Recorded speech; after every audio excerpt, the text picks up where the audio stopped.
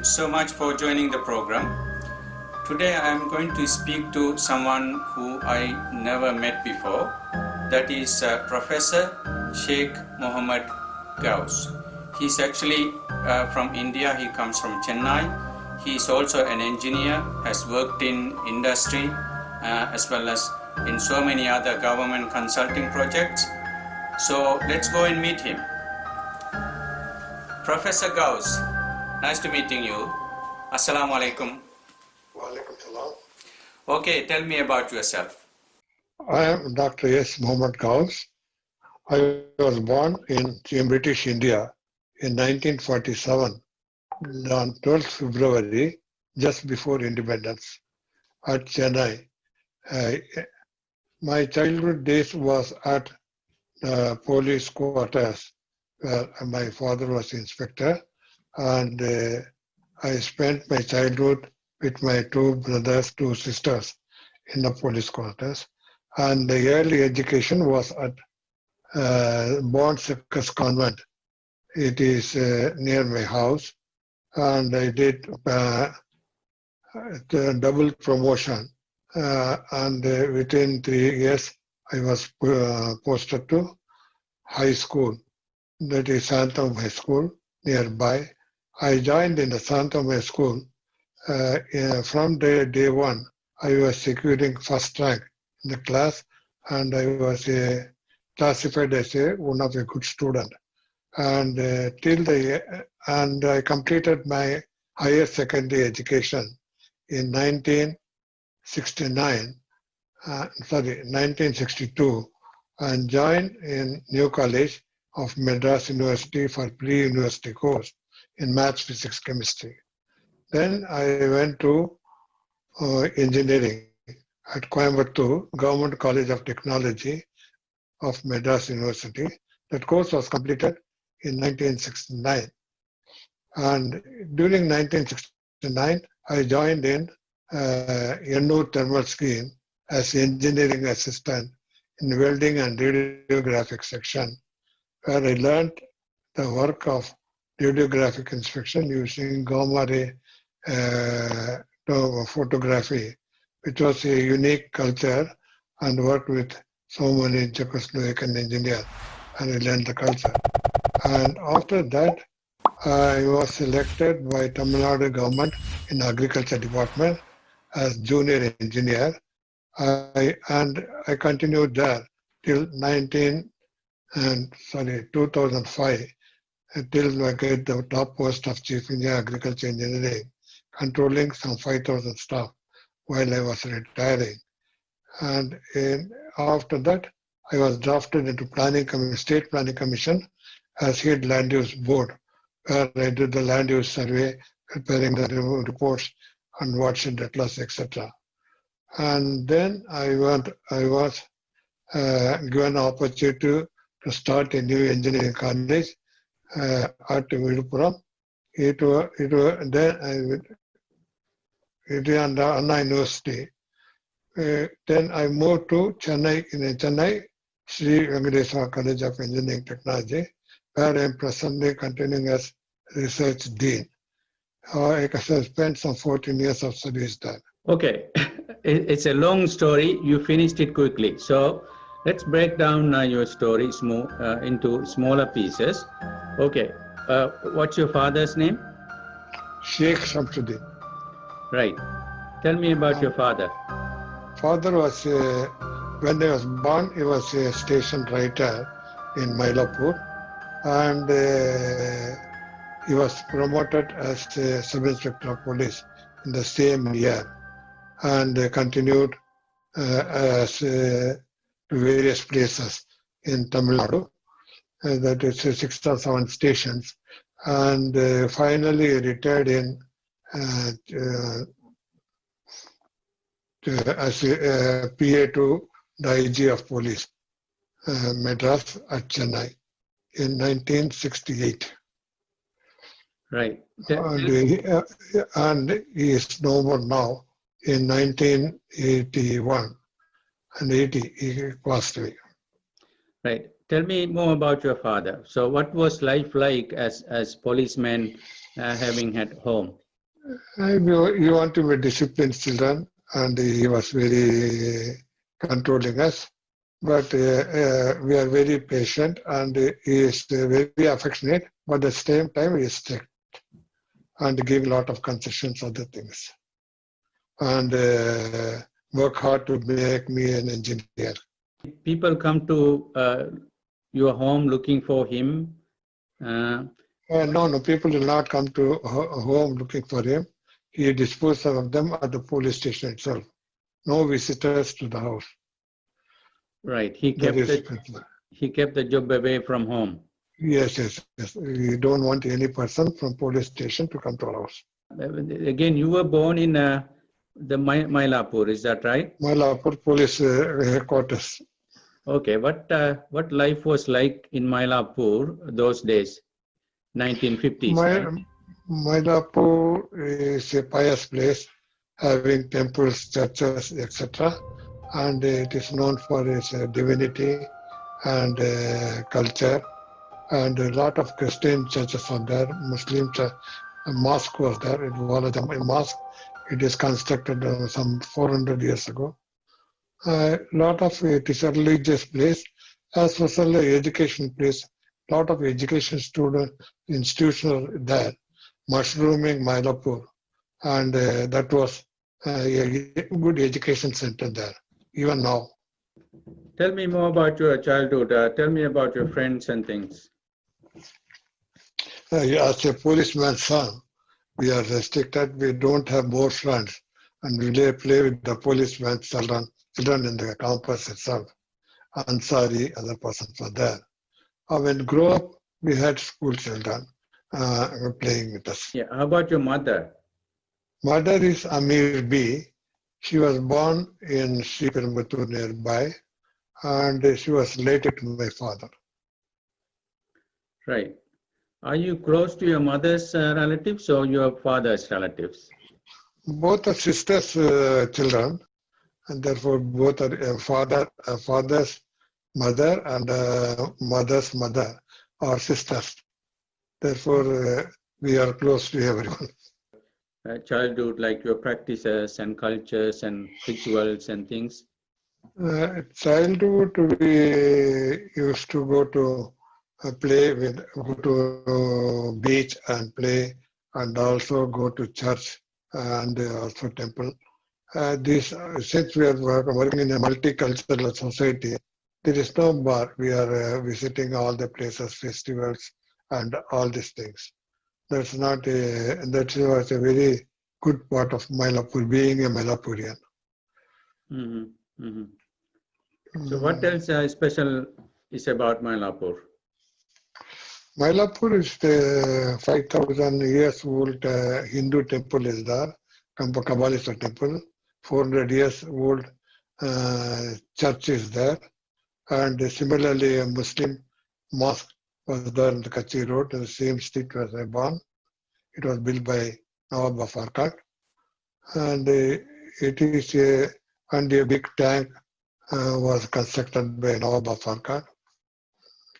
It is a tourist place. It is a tourist map of India.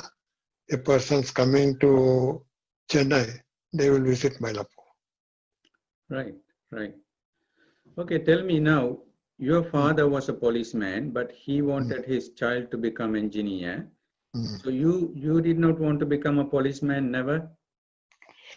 No, I had a glamour to the attraction to engineering. When I was in 1957, when I visited the engineering college exhibition at Gandhi. From that day, I made up my mind to become an engineer. I worked to become an engineer. That is, finally I landed in engineering and retired as chief engineer. When you were a child, so that was the time that India became free from. So at the time you grew up, did you see a lot of white people moving around and being in charge? Yes, when I was a small child, my street is known as Santam High Road, where main street that was used by the Britishers. Actually, where the street we live is Appu Street. It is extension of Arcad Nawab, Devadi they say it. Ordinary people have to pass through it. English people will be there in the churches and dances, other things. They'll close the road and do it. Therefore, a lot of white people were there. It is a specific areas, white area, black area, that is there till 1947. After that, it is our freedom and everything is coming under Indian culture and there is no problem.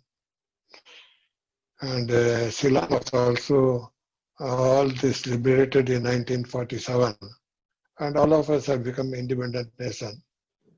Tell me, some of the differences that you notice between the time you grew up. So I say in the 50s you were a little boy, and then now when you look at the little boys now, what are some of the differences that you see?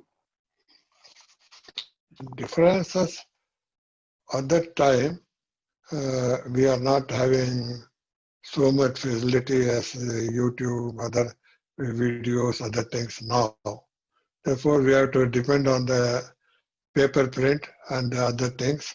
And we have to be a self-controlled life. Lot of exposure for not there. What is press, weekly magazines and newspapers, that was only available. And they kept us away from the media exposure that we find in the present culture. We are not exposed to this television and media, other things. Therefore, we have to live whatever people say, what the grandma say, all these stories we hear and do it. Now it is children know better than us. Mobile phone, other things, and they learn everything quickly, and they are very smart. And we have to learn from them. They're very smart nowadays. We have to. We cannot envy them. The facility is available, but we have to control them and see that they are not overexposed. And we have to have a watch on the children.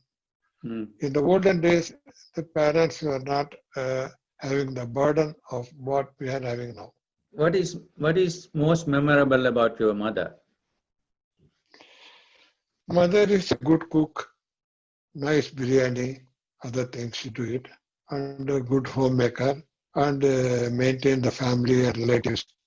Because my father was morning he will go and the night he will come. Daytime everything, managing the house was my mother. And also, she grew up in Chennai as well? No, she is from Sri Perumbudur, 40 kilometers from Chennai. So tell me about that village. That is, Ramanujacharya, he was born at that place, 12 Vaishnavite saints. One of the saints was born there. And it is a taluk headquarters, well-developed town, and a lot of education institutions are available there. And meeting the marketing place, other things, it is helping. It is a focus, just 40 kilometers from Madras, a developing town. And nearby we have Hyundai and other factories, automobile industries are coming up. What is your view on the Britishers? Was it a good thing that they colonized India or the bad thing? No, we surrendered to them, fighting with each other. Our kings have surrendered to British and brought invite to them. They have taken over. It is a fault on the Indians. Our kings, each one fighting and getting the British help. That's why they expanded. Even then, the British have not captured whole of India. When they left out, some 300 small kingdoms were there. Right. British have done a good thing and promoting the education, judicature, judiciary, and the railways, communication. Though they did it for themselves, and we are benefited. If the British were not there, we still will be backward. Mhm. and the intelligent linked India. And now we are using the benefits. And our engineering college is uh, uh, it was formed in 300 years ago as a survey school by British and also the Madras University. All these things are formed by the University Act. Tell me a bit more about your work, your field, the things that you have done. That is, I am a mechanical engineer. Then in 1985, I did my MTech remote sensing as first batch MTech remote sensing at Anna University, one of the first postgraduate. And then in 1996, I did my PhD at Jawaharlal Nehru University of Technology, Hyderabad. And I developed a remote sensing cell in our department, which I was managing till my retirement. And it was preparing the water standard class and status reports. Everything was done using the aerial photographs, satellite imagery. And this was useful for us, my department, to have good land use survey. Now you may be seeing the landslides, other thing in Munnar.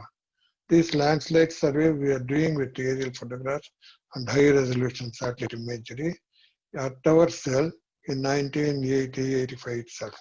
We are having a training center and about when I become chief engineer, every district I opened a cell, remote sensing cell, and each district is having self-sufficient to map and take the digital cartography, remote sensing, other facilities, and satellites data, and geographic information system, and train my manpower.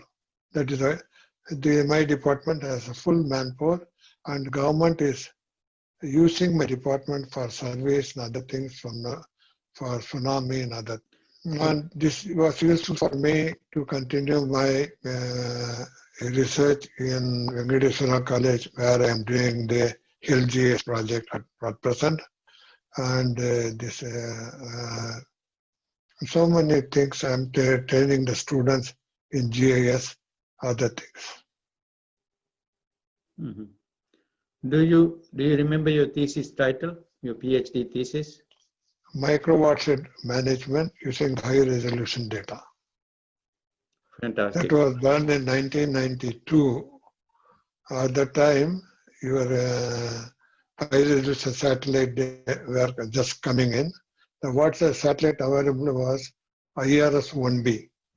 With that satellite data, I interpreted a shelter belt area near Ramnad, just like your Talimanat, the shelter belt, all these things. I interpreted. I went up to 0.5 meter resolution, and I got my thesis. At the time, for that imagery, it is a big thing. Later on, we are having 1 meter resolution. So at that time, how did you use the aerial photography? What were the imaging technology like? At that time, we are using this stereoscope initially. Then using the scanning in the computer and interpreting using the ArcGIS software, other things. ArcGIS software has come in 1990 itself, and people were trained. And ours was a big training center for GIS for the government servant, and the IAS officer had been trained here for a day or two before joining the course. Survey and Land Records Department are using our facility, and big computer center is available in my department. And also wherever I go, even in my college, I created a big computer center with high resolution satellite data. We are using it. You have traveled the world? 1989, I came to Australia and a UN program to Canberra and Queensland State University, and have stayed here for 2 months for micro sensing and my micro brand GIS software invented by Queensland State University. Then again in 1990, I was sent to Colorado State University, USA, where I was one of the first person to get the ArcGIS 3A software and trained there, and we brought the software and used it because the software is having this. Previously, we are using this 2 polygons or cut polygon was there. This ArcGIS is having this unique polygon, one polygon, next polygon, interlocking polygon. That will become easy for cartography and also the information system. And later on, this ArcGIS was strengthened to have so much higher platform for storing the data, database, all this have come. Initial stage, we are also the one pioneer to bring it from the Labadi was my professor in Colorado State University, Fort Collins. He has given one set of software to us as a part of the training program. We brought it in India and we used it. Okay, now let's go back to your life a bit again. When did you get married? That was in 1972. At that time, 2 years after getting appointment as an engineer in agriculture department, 1972 I got married. So you were an eligible bachelor. So yes, I was 25 years at that time. Yeah. So tell me the story. Was it an arranged marriage? It is arranged marriage because So how olden days we cannot see the bride. My relative known to my father-in-law has informed about the availability of my wife, and both the families contacted, and based on that, they had the nikah, other things celebrated. Mm-hmm. It's arranged marriage. So until you got married, you didn't know what she looks like. No, I cannot see. We are olden days people. Yes. And you can see the bride only after their marriage. Right. So you trusted your parents to make. Yes, definitely we trust them. They will not do harm to us. Do you still have that custom in your community? Yes, we have it. But nowadays, the ladies and wives see the photographs and select it. That is the liberation now we are having. Yes. But they cannot go and meet them. Right. Still in our community, we are having that restriction is there. Yes. Now, your wife comes from the same place as you grew up? No, she is from she is some 5 kilometers north, Triplicane area. Her house is there. Of course, she belonged to Pondicherry, a union territory just 200 kilometers south of Madras. It's a French state she was born. And later on, she has become Indian citizen. So tell me a bit about Pondicherry. Pondicherry, my father-in-law gifted a house to me. Still there. Lucky you. Yeah. Not to me, no, to my daughter. Yeah. It is just near the church. It's a very good area. Still, we are having some the alliance with Pondicherry. Go and see. If your property is there, definitely we'll go and see the place and come back. Your wife is educated as well? Yes, she is a BA from QMC, Queen Mary's College in Marina Beach. It's just some 3 kilometers from my house. It is a famous college where the name of Queen Mary, the mother of Elizabeth. It is the oldest institute in the British Institute. There she did her BA Economics. And there is no problem. Better for being an engineer. I wanted a wife with education background. She was cooperating. And she is not employed. She is a housewife. She brought up Jafar nicely. Yeah, tell me about your children. How many children you have? Jafar is one of them? only one children. You have only one? Only one. He is girl and boy for me. Zafar, you also know about him. He is a hard-working person, working 24 hours a day. Rarely there's so much competition. World is surviving, and he is in the top, advising the government and doing all new things. And great communicator and advisor to government and industry. And he is also the geospatial industry leader and leading so many associations and chair other things. Fantastic. Yeah. You may be knowing about him. Yes, of course. There are lots of Indians leaving India, especially the Indian ones, the intelligent ones. So like you see, we have this Sundar Pichai, Satya Nadella, Indira Nooyi, and all these are very high profile people in the world stage. But if they had stayed back in India, they would have contributed to India. No, I don't think so. Now the world has become very small. It is globalization, digital globe. Therefore, everything, every communication, every development taking place. Therefore, movement of Sundar Pichai, Nadella, and Windows software, all these things is a credit for Indians. And we are benefited by it. We're getting a lot of jobs, a lot of employment. Therefore, it is a good thing. They are training so many students in so many engineering faculties, which would have been very difficult if these people have not gone. You could have, it is Windows, other things, and Google. It is available now to Indians, and Sundar Pichai is opening so many facilities for the students to get trained, and workshops, other things. Therefore, it is a good thing they have moved, and they are not only they are developing India and developing the entire world. So if normal people want to become like one of those shots, what is your advice based on your years of experience living in India as well as in other countries? What would you say?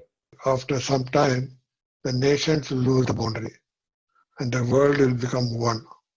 And we are talking from so many things are going there, coming there, and the transport of things and goods. The world has become very small. Communication of 5G, 4G, all these communications are coming up. Therefore, the people will move and they settled and the faster transport, air transport, these facilities will make them. Definitely our grandchildren will go to Mars or Moon and live there. Great grandchildren. That is going to be the future generation. Okay, Dr. Ghouse, tell me some details about the intercultural connections that you have seen throughout your life between Hindus and Christians and other Indians and so on. It is somewhat fantastic intercultural relations. And Nawab Arcad still is the Nawab. Living in Amin Mall, we had a video about him. I will send it to you. In that video, he lives in Chennai, in the Amin Mall area, and the present buildings of Secretariat, other things are constructed by Arcad Nawab. And he has given so many lands to Hindu temples, some 500 temples he has constructed.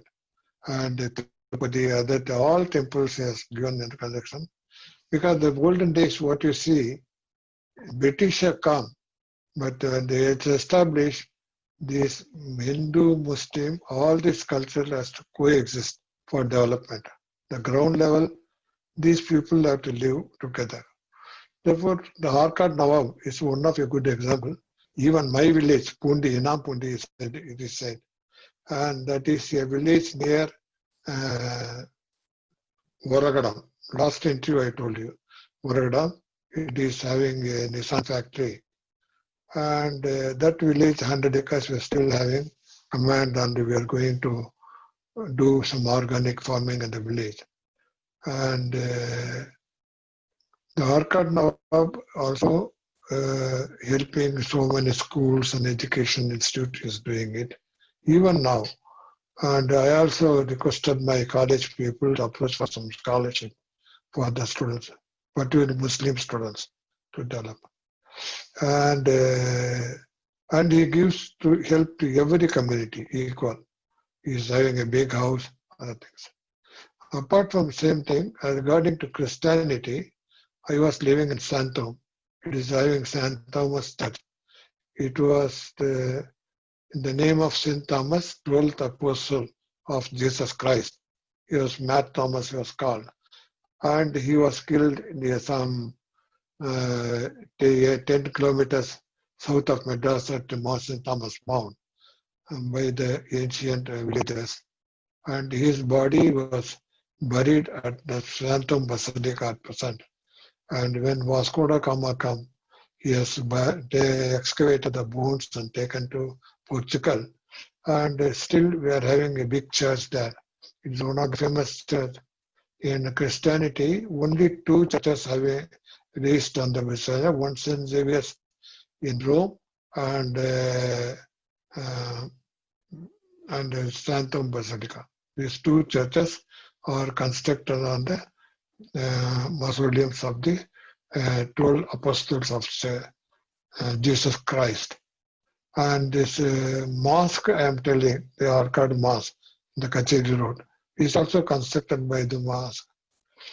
And there is a lot of intercultural activity taking place in what you can say, the Pongal, other things. People mingle. Even the Deepavali, everyone celebrated. But we don't pray, but we break the crackers and celebrate. Even on Pongal day, people will bring Pongal from their house. And for Ramzan, I think we give biryani to them. It is coexistence is very good in Tamil Nadu. How about Muharram? Muharram, what is happening is we have the Panjas. You see, in the Panjas, Muharram is a sad festival. It is memory of the martyrs killed in 10 days of Muharram. And as we celebrate Muharram, and many areas we have so many Panjas, and all these Panjas will come to either Santama, Pendarpet, or to this one, Mylapur tank or Thiruvanur, where the people will dip it on the 10th day and take it to the packet and keep it for next year's function. And the Hindus and Muslims are joined together. It is it is very harmonical society as far as Mylapur is concerned. Even Mylapur, you know, it is 5,000-year-old history of temple. They say Trinyana Samandar, Pumbawai, other things, girl pond. She was in Mylapur. And so many, my area is having some 10 or 15 temples within some 5 kilometers, 5 kilometers side. All was Payarwar, Buddha, all these were born there in Mylapur. Therefore, it is a rich place, and I am lucky I was born in Mylapur. Right.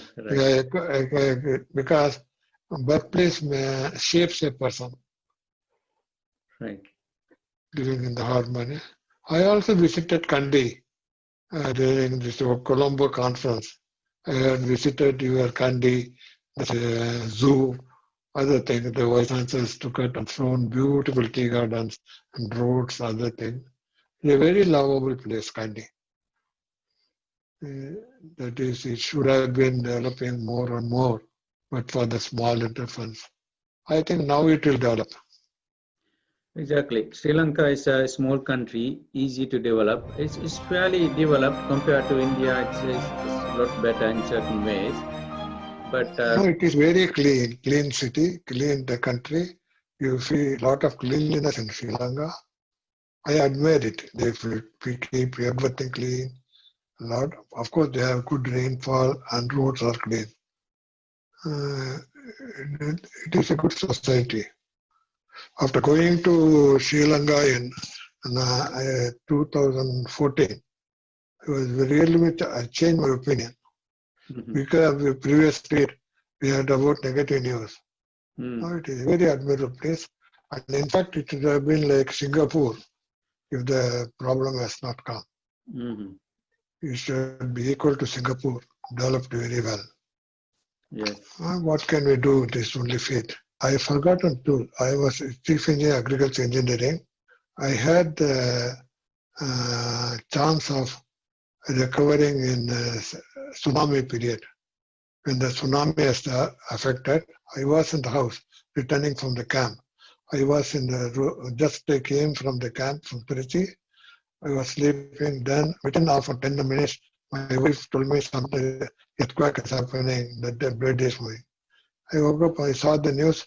Earthquake has struck somewhere in somewhere India and the southern state. Then 8 o'clock, people were running from my house is near 1 kilometer from the seashore. They're running in the road. Then I went there and immediately took the jeep. It was came for me to pick up.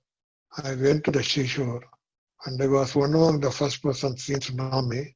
My jeep was going towards in this one. We don't know what is the velocity of this one. My jeep was started floating. Then suddenly putting the brake and the driver has come up and went to the minister's house, then the agriculture minister's house and got his orders. And I went to my office and sat and given orders to my district engineers to move the bulldozers, other things for relief work. Immediately we had done it. And similarly, there was a big drought in 2008. I assumed charge as chief engineer. It's that Tanjore Delta was not having any, what can say, no water, a Kaveri bed. Then my chief minister wanted to do something. Then the secretary told we can construct 10,000 farm ponds. Farm pond means 30 meter, 5 feet depth pond, which will be used for fish culture. But when it was telling, we are a little bit worried because wetlands, the farmers will not leave to spoil it. When we constructed it, there's a lot of demand has come for farm ponds. And now it has become a part of the program. Every program they want to have farm pond. And similarly now solar. Solar energy, I had a solar cell in my office. So the college, we put a 10 kilowatt solar plant. 7 kilowatt we used to give it to grid, 3 kilowatt used for my computer. I also have a 1 kilowatt solar plant in my house, which is used to charge, that is power 2 rooms and 2 television, 3 TVs. And we are not 24 hours current we are having. Now we have to go to switch over to solar energy or wind energy because nowadays the petrol price is coming up. Now 80 rupees, 90 rupees, something like that. It has become beyond the reach of common man. Definitely we are bound to go to conventional and non-conventional energy. Solar is the most profitable one. And now the solar houses also come. The windows and walls also generate electricity. Therefore, even if inshallah, God willing, RMIT and myself and your with the leadership, we can have a pilot project to see the effect of the solar. Onyx Solar is a very big company, population. It is available in Australia also. To see how effective it is, how useful it is. We can have solar village because we have to, whatever available in the paper, we have to put it on the practically, evaluate it, and make them to understand. And people have to manufacture solar glasses. And we are having solar glasses in the Gobian glass factory in Sriperumbudur, the Rajiv Gandhi area. Very big French company. And they can also collaborate. Australia can collaborate. And you are having a lot of that is deserts. These deserts will generate so much power. We can give to global. Our solar is a very big thing. You can dispense with your solar, it is your coal or other gases. Because nowadays this coal is polluting. Lot of problems are coming. We can, next century, we can go for solar and on nuclear energy also. We have to be very careful in using it. But solar, it is not having it. Initially, we think we are losing so much money. It is investment is good. Tamil is a beautiful language. How fond are you with Tamil? Do you write in Tamil? Do you read? Yes. My medium of instruction was Tamil in school. I was very thorough with Tamils, and I know the poems in Perapunanur, Agananur, Mulagambiya, Tamuna Vakanum, Nilaipatalum, Nengalum, Ningala. This is first para of Kambaramanam. Another is Periya Puranam, both are same time. I did my first BSc Mathematics. Then Tamil was my second language. I had love for Tamil. I had written articles in Tamil in my college magazines. Even when doing my college magazines, I had written an article about desalination of seawater in Tamil.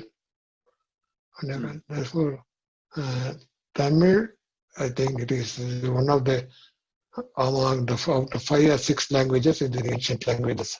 And for Buddhist, actually speaking, the Buddhism has come, developed in India. And because of this Hindu, this thing that run out of India, you might have seen Dasavadaram, other pictures, Kamal Hassan pictures. These Sola, Sera kings want to make pure Tamil kingdom. And these Jains and Buddhists were sent away. But they settled in Sri Lanka, and some of them were going to Burma and Thailand, and but they flourished. Yeah. Saying in India, they would have been competing with us.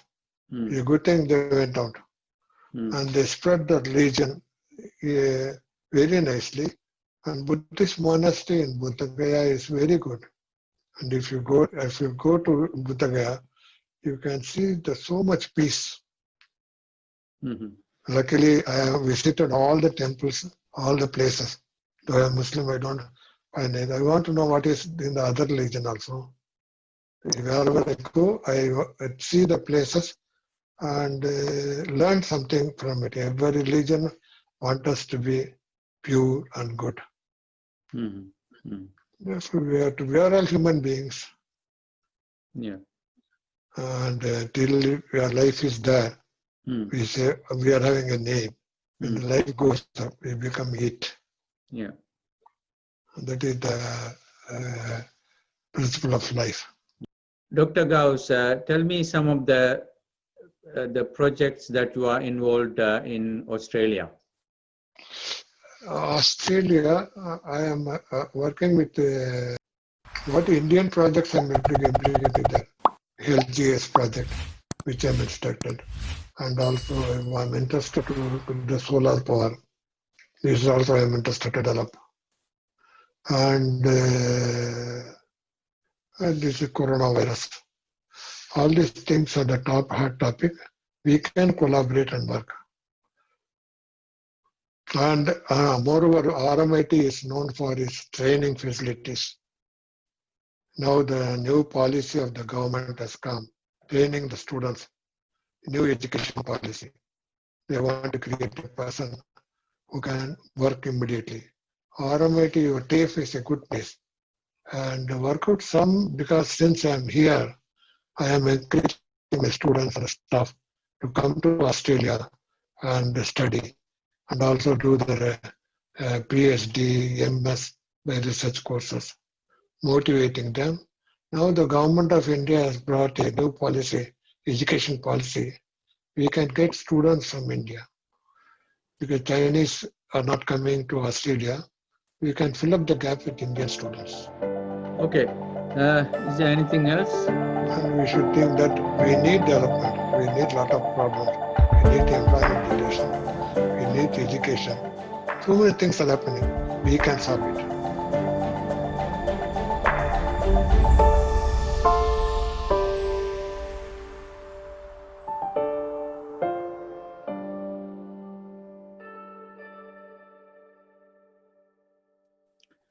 Okay.